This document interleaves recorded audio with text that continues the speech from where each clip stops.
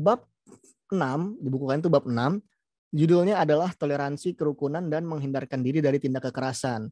Yang mana ini adalah ranah pembelajaran Al-Quran dan hadis. Berarti segala materi yang di dalamnya terkandung nilai-nilai toleransi, kerukunan, dan menghindarkan diri dari tindak kekerasan ini akan kembali ke dalam literasi Al-Qur'annya. Kayak gitu. Tentu kita harus belajar definisinya dulu kan, apa sih ini, apa sih itu. Tapi nanti akan dikaitkan dengan ya ayat terkait. Nah, ini karena sudah pernah dibahas di pekan sebelumnya, saya hanya ingin di pertemuan ini hanya akan mereview sedikit tentang toleransi dan kerukunan. Sebagaimana itu adalah bagian pertama dari 2 bagian bab ini. Oke, pertanyaan pertama. Silahkan buat yang punya jawaban. Apa yang kamu tahu tentang toleransi dan kerukunan? Ini balik lagi ke pertanyaan basic. Silahkan. Ada peningkatan nggak kira-kira apa sih yang kamu tahu tentang toleransi dan kerukunan? Silahkan. Anyone? Oke, ada yang mau berpendapat? Apa saja yang kamu ketahui atau mungkin bisa dikaitkan dengan sesuatu? Silahkan, it's okay.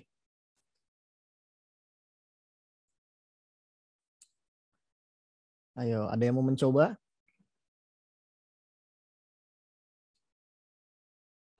Saya mau coba, Pak. Oke, siapa? Hasan, Pak. Oke, silakan San. Hasan. Itu maksudnya kayak saling memahami gitu ya, sama saling membuka diri. Saling memahami, saling membuka diri. Oke, that's good. Thank you. Ada lagi yang lain? Kita fill the blank. Udah disampaikan tadi, memahami, membuka diri.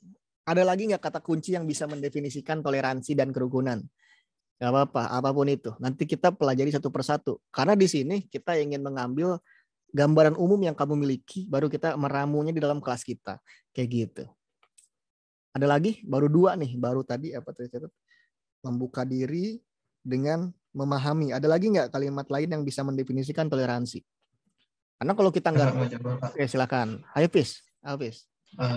Toleransi itu menghargai pendapat atau keyakinan orang tanpa harus memaksakan pendapat atau keyakinan kita. Kalau kerukunan itu, walaupun kita memiliki perbedaan, tetapi kita tetap bersahabat, berperilaku baik satu sama lain. Itu, Pak. Oke, thank you, Pis, sama Pak Hasan. Jadi kita udah minimal ada kata kunci. Yang pertama adalah saling memahami. Yang kedua, membuka diri. Lalu ada menghargai pendapat. Juga ada tidak memaksa. Serta dikaitkan dengan kerukunan, dengan sampel contohnya tadi, tetap bersahabat dan berperilaku baik. Ya, itu benar. Semua yang bicara tentang toleransi dan kerukunan, pasti rujukan utamanya adalah hal-hal yang bersifat positif. Karenanya toleransi adalah kalimat positif. Dan di dalam ajaran agama Islam, toleransi ini bukan sebuah opsional. Toleransi bukan pilihan yang kita bisa milih, saya toleransi, saya enggak. Bukan seperti itu. Toleransi di dalam Islam itu adalah kewajiban. Jadi kita harus toleransi, bukan pilihan lagi. Gitu. Jadi dengan begitu, Islam mewajibkan kita untuk saling memahami, saling membuka diri, saling menghargai pendapat, dan tidak memaksa dikala ada perbedaan, apapun itu. Dan juga dari nilai toleransi ini, itu arahnya nanti ke kerukunan. Baik kerukunan yang belum terbentuk maupun kerukunan yang sudah terbentuk. Kalau kerukunan yang belum terbentuk, berarti kita bisa menciptakan konflik dan mengubahnya menjadi kerukunan. Bukan menciptakan konflik, lebih tepatnya mengubah konflik menjadi rukun. Kayak gitu. Kalau dari kerukunan yang sudah tercipta, berarti kita menjaga nilai-nilai kerukunan dengan cara bertoleransi. Kayak gitu. Banyak. Di sini toleransi gak hanya bicara tentang perbedaan agama saja. Banyak hal. Semua orang pasti berbeda-beda, dan toleransi biasanya dirujuk karena atas dasar perbedaan. Karena ada perbedaan, maka beda juga cara pandang. Nah, yang sebenarnya dirujuk oleh orang-orang yang melihat isu toleransi adalah bagaimana kita melihat cara pandang kita. Misalnya kalau kita melihat gelas, kita bisa bilang itu gelas, ada juga yang bilang itu mungkin mangkuk. Beda pendapat nih. Padahal jelas-jelas itu gelas, kayak gitu. Solusinya gimana? Ya kita harus ingatin dong. Kita kasih tahu, oh ini tuh gelas, mangkok tuh yang kayak begini. Nah, tapi kalau nih orang misalnya batu ya, dan nggak mau diingetin, nggak dikasih tahu apa-apa, misalnya kayak gitu, ya udah biarin aja, sepemahaman kamu aja deh, kayak gitu. Nah, kita mentoleransi orang itu, bukan mentoleransi pendapat yang salah. Maksudnya gini, kita tidak membenarkan si pendapatnya yang salah itu, tapi kita menghargai dianya aja, ya udahlah biarin aja gitu. Toh biar nggak jadi konflik juga. Gitu. Nah, toleransi ini bisa jadi sarana sebagai penghindar konflik. Konflik yang terjadi biasanya karena mereka tidak toleransi terhadap apapun ya, nggak cuma konteksnya agama aja. Oke, mantap. Thank you ya. Oke, sekarang lebih kerucut lagi nih. Sebutkan contoh perwujudan toleransi dalam kegiatan sehari-hari. Silakan, ini banyak banget. Masing-masing orang pasti punya pengalaman mungkin yang berbeda-beda atau referensi yang berbeda-beda. Silakan, ada yang mau berpendapat? Perwujudan toleransi dalam kehidupan sehari-hari. In your daily life. Apa yang pernah kejadian mungkin, silakan.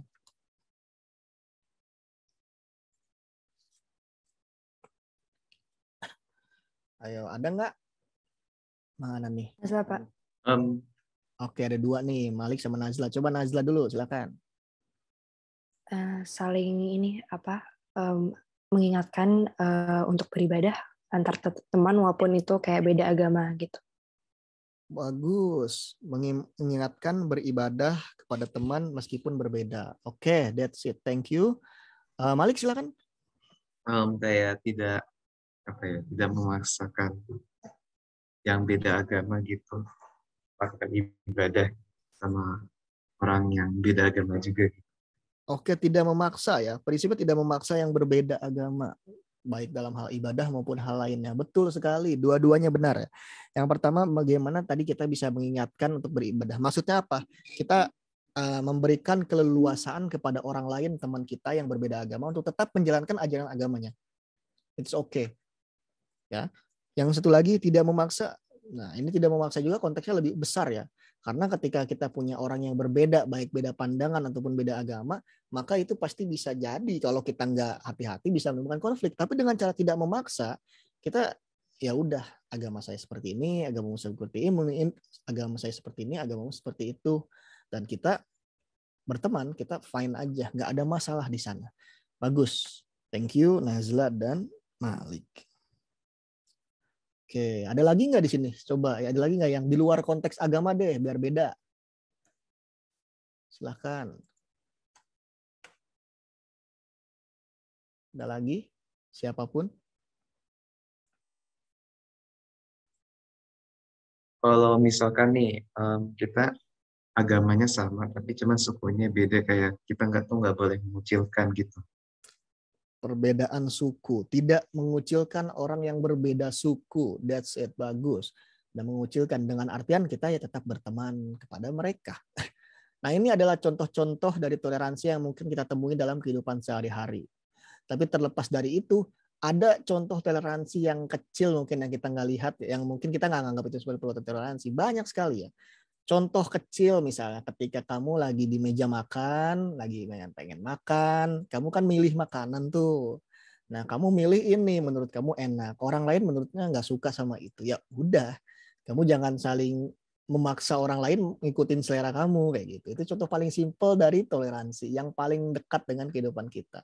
Jangan macem-macem lah sebenarnya, intinya jangan sampai kita yang bukan ranah kita itu kita cederain, kita datengin ke situ. Itu bukan kamar kita, bukan ranah kita. Itu makanya di dalam prinsip toleransi Islam itu adalah tidak menghalangi dan tidak mencederai hak orang lain. Jadi hak orang tetap terjaga. Oleh karenanya kan kalau kita misalnya nih lagi dalam hal sesuatu lah dalam kehidupan masyarakat, itu kan ada hak-hak orang yang nggak boleh kita apa-apain. Contoh dalam kehidupan agama, orang berhak masing-masing beribadah sesuai dengan keyakinan, dengan kepercayaan. Nah, kalau kita mengintervensi itu ya berarti kita bukan orang yang toleransi. Kayak gitu lah. Ini macam-macam banget hak orang lain juga. Misalnya dalam kelas nih, di lingkungan kelas ini, masing-masing dari kalian punya pendapat yang berbeda-beda. Nah, kalian yang berbeda pendapat ya jangan menghalangi orang lain untuk memberikan pendapatnya karena kamu menutup hak dia untuk berpendapat. Kayak gitu. Nah, itu penting banget. Oke, bagus. Nah, sekarang ini dia main eventnya ya, yang harus kalian ingat sebenarnya. Yang bagian yang ya you know lah ya, yang menurut saya ini butuh tantangan.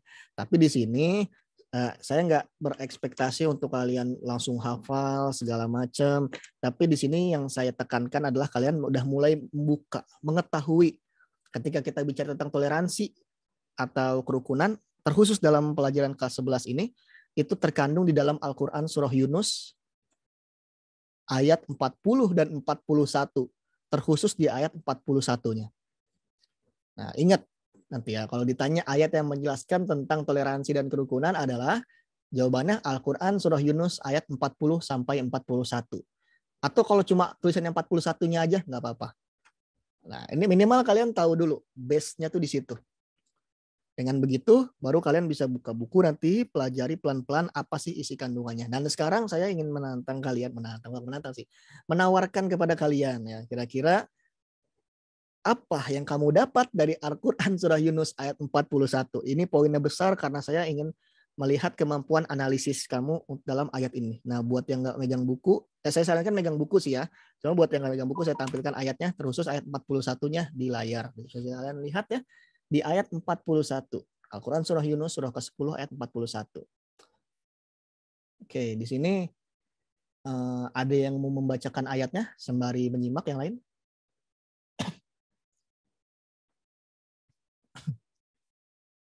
Oke, silahkan ada yang mau sukarelawan membacakan ayatnya. Ini kita masih bahas tentang toleransi kemarin. Biar nggak lupa, saya ulang-ulang terus. Silahkan ada sukarelawan. Ya, Pak. Oke, boleh Fis. Bacakan Fis. A'udzubillahi minasyaitonirrajim. Bismillahirrahmanirrahim. Wa in kadzdzabuka faqul li amali wa lakum amalukum antum bari'una mimma a'malu wa ana bari'un mimma ta'malun. Oke, coba yang lain. Ada yang mau membacakan artinya? Silahkan artinya nih. Boleh. Oke, siapa? Bulan ya? Bucek ya? Ya. Oke, silahkan Bulan. Jika mereka mendustakan kamu, maka katakanlah, bagiku pekerjaanku dan bagimu pekerjaanmu. Kamu berlepas diri terhadap apa yang aku kerjakan, dan aku pun berlepas diri terhadap apa yang kamu kerjakan. Oke, thank you Hafiz dan Bulan Caka. Nah, di sini ayat 41-nya. Sekarang coba kalian perhatikan ayatnya. Mungkin kalian nggak ngerti langsung bahasa Arabnya, tapi kalian bisa lihat terjemahannya dulu. Dan di manakah letak nilai toleransi ataupun kerukunan yang terkandung di dalam ayat ini? Nah, ini analisis nih. Kita mulai analisis secara mudah. Ini yang masih ayat yang nggak terlalu sulit untuk dianalisis. Coba, di mana letak ajaran toleransinya dalam ayat ini? Silakan, ada yang punya pendapat? Anyone? Yang di kalimat tanda kutip itu, Pak. Oke, Syara ya. Nah, udah ditandai nih yang kalimat dengan tanda kutip. Oke. Ada juga yang di chat nih, di kalimat bagiku pekerjaanku dan bagimu pekerjaanmu. Oke, boleh. Nah, sekarang kalian sudah nemukan letaknya di mana? Kalian sudah mengidentifikasikan di bagian mana nih inti dari ayat ini. Nah, sekarang pertanyaan berikutnya. Kenapa kamu bisa mendefinisikan ajaran toleransi ke dalam kalimat tadi? Kenapa bagiku pekerjaanku bagimu itu bagian dari toleransi? Ada yang punya pendapat lanjutan? Silakan.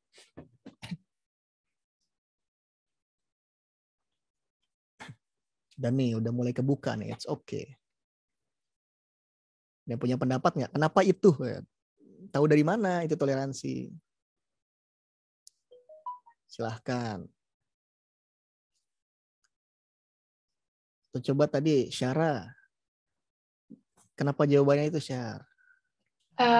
Karena Contohnya kalau misalnya kita beda agama, terus teman kita menjalankan ibadahnya mereka sendiri dan kita juga menjalankan ibadah kita sendiri.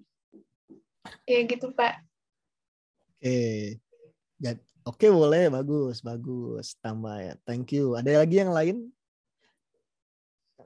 Di situ ada kalimat ini yang dalam bahasa Indonesianya sudah jelas ya. Bagiku pekerjaanku, bagimu pekerjaanmu. Mana toleransi dari situ? Di mana sih letak toleransi? Dan tadi kan kamu mendefinisikan nih, menurut kalian toleransi itu artinya memahami, membuka diri, menghargai pendapat dan tidak memaksakan. Nah, dari 4 kata kunci tadi ada yang nyambung nggak sama bagiku pekerjaanku dan bagimu pekerjaanmu? Yang mendefinisikan itu sebagai toleransi. Nggak tahu sudah dibilang. Oke. Nah, jawabannya benar ya. Yang pertama bahwa inti dari ayat ini ada pada kalimat bagiku pekerjaanku dan bagimu pekerjaanmu. Sampai akhir. Ya, kamu berlepas diri terhadap apa yang ku kerjakan dan aku pun berlepas diri terhadap apa yang kamu kerjakan. Nah, di sini juga kalian harus ingat ya dalam bahasa Arabnya itu dimulai dari sini sampai habis. Gitu. Jadi jangan terjemahannya doang ya, tapi ini harus kalian tahu. Dimulai dari fakulli amali walakum amalukum. Sebenarnya bisa di sini juga. Cuma biar lebih lanjut sampai habis. Nah, kenapa ini disebut sebagai nilai dari toleransi? Karena ada keterangan ayat yang menjelaskan tentang ini. Jika mereka mendustakan kamu, wa in kadzabuka. Nah, kalau kita baca sepotong, kita nggak paham nih. Apa yang dimaksud mereka mendustakan kamu? Nah, kita harus kembali ke dalam ayat sebelumnya, di ayat 40-nya. Nah, di ayat 40-nya, ini ayatnya lebih pendek ya, maksudnya tapi arahnya ke sana. Nah, di ayat 40 ini berisi penjelasan bahwa manusia itu terbagi ke dalam 2 golongan. Golongan pertama adalah golongan orang yang beriman pada Al-Quran, orang yang beriman pada Allah. Nah, inilah yang disebut dengan orang-orang yang beriman, mukmin dan muslim. Di sini posisinya. Dan di sisi lain ada juga orang yang tidak beriman. Berarti ada di posisi ini. Ini 2 berbeda nih. Saling berbeda pendapat. Nah, ini harus dikaitkan dengan ayat lain sebenarnya, di mana ketika seorang muslim itu harusnya bisa saling mengingatkan, baik dalam hal akhlak maupun hal-hal yang bersifat keyakinan. Tapi di sini oke lah, kita nggak ngambil secara detail ya. Nah, di sini ada 2 golongan, yang beriman dan yang tidak. Berarti 2 orang, 2 golongan, 2 pendapat yang berbeda. Sehingga dari 2 pendapat yang berbeda menghasilkan produk yang berbeda. Orangnya pasti punya prinsip hidup yang berbeda-beda. Nah, ini dia yang menjadi letak. Kembali ke ayat yang tadi, ayat 41. Nah, jadi ketika ada 2 golongan tadi yang beriman dan yang tidak misalnya, itu masing-masing kan punya argumentasi yang kuat. Di zaman dahulu ketika Nabi Muhammad masih diutus, itu kan sempat berargumen juga tentang kepada orang-orang yang beriman gimana dan bagaimana pandangannya sampai di titik itu. Dan seterusnya tibalah kita orang yang beriman mendakwahi orang yang tidak beriman. Gitu kan, ini proses penyebaran agama dari dulu seperti itu. Kita mendakwahi atau mengingatkan kepada orang yang tidak beriman untuk ikut beriman. Tapi nah baru masuk ayat ini. Wa in kadzabuka, jika mereka mendustakan kamu, artinya jika mereka tidak setuju dengan kamu, jika mereka tidak sepemahaman, jika mereka menolakmu, maka katakanlah. Katakan apa? Li amali walakum amalukum. Bagiku pekerjaanku dan bagimu pekerjaanmu. Nah, itu titiknya di situ. Penjelasan lebih lanjut bahkan lebih menarik lagi. Antum bari'una mimma a'malu wa ana bari'um mimma ta'malun. Kamu berlepas diri terhadap apa yang kukerjakan dan aku pun berlepas diri terhadap apa yang kamu kerjakan.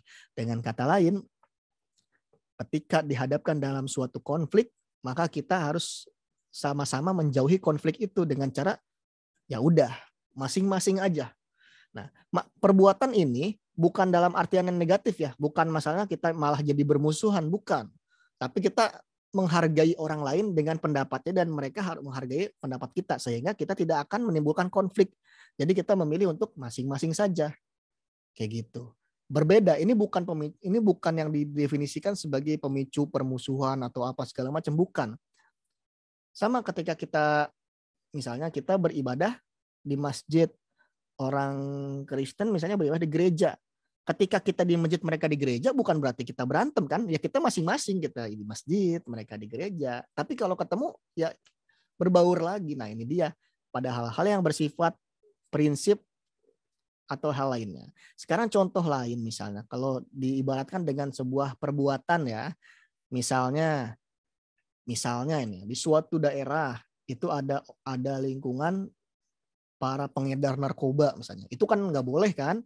Pengedar narkoba nih, misalnya contohnya. Nah, warga-warga di sana kan nggak mau ini orang jadi kena masalah. Akhirnya warga sana mengingatkan kepada si bandar-bandar ini buat jangan di sini gini-gini segala macam, jangan ini bahaya segala macam. Dijelasin sama dia. Tapi si orang ini nggak mau nerima jika si orang ini mendustakan orang yang lain yang mengingatkan. Akhirnya ya udah orang yang tadi mengingatkan dah stand down, mundur, biarin masing-masing aja. Bagiku pekerjaanku, bagimu pekerjaanmu. Kamu berlepas diri terhadap apa yang aku kerjakan dan aku pun berlepas diri terhadap apa yang aku kerjakan. Jadi dengan artian sewaktu-waktu misalnya rumahnya dia tiba-tiba didatengin sama polisi atau sama apa, ya udah biarin aja. Itu bukan tanggung jawab kita lagi. Kita udah mengingatkan kok. Kalaupun kita dibutuhin buat persaksian misalnya kalau ada kasus, ya tinggal kita sampaikan, udah kita ingatin segala macam gini. Kayak gitu. Jadi kita akan terlepas dari konflik yang berbeda-beda. Mungkin kita nggak suka sama perbuatannya dan mungkin orang ini juga sebenarnya baik. Cuma karena perbuatannya itu bikin kita mungkin berbeda, ya udah. Makanya jangan sampai dari perbedaan kecil ataupun besar itu menimbulkan konflik yang baru. Nah disitulah nilainya sejatinya Islam untuk menjaga agar tidak terjadi konflik. Makanya toleransi di sini mengarah pada kerukunan.